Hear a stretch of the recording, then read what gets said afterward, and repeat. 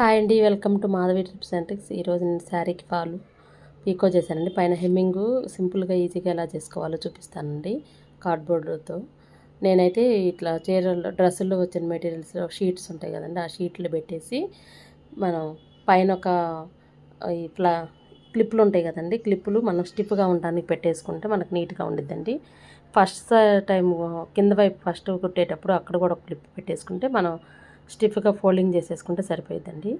ఒక్కొక్కళ్ళు కనిపించకూడదు అని ఉంటారు, అప్పుడు సింగిల్ లేయర్ దారం పెడతానండి. ఒకళ్ళు కనిపించినా పర్వాలేదు, గట్టిగా ఉండాలి, ఊడిపోకూడదు అనుకుంటే డబుల్ లేయర్ దారం పెట్టేసి కుట్టేస్తానండి.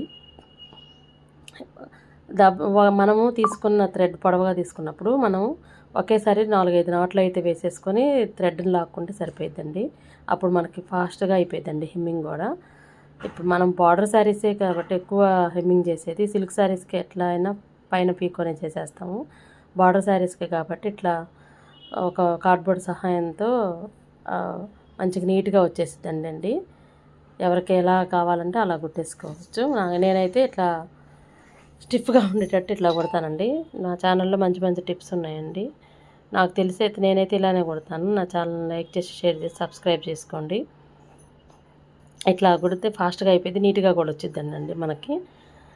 ఈ శారీలు అంచు శారీలకి ఎప్పుడైనా హెమ్మింగే చేస్తాం కాబట్టి దగ్గర నుంచి చూస్తేనే తెలిసిద్దండి, దూరం నుంచి చూస్తే మంచిగా అసలు హెమ్మింగ్ చేసినట్టు కూడా అనిపిస్తుందండి, అంత బాగుండిద్ది. ఆ వీడియో నచ్చితే లైక్ చేసి, షేర్ చేసి, సబ్స్క్రైబ్ చేసుకోండి మంచి మంచి టిప్స్ కోసం. Thank you.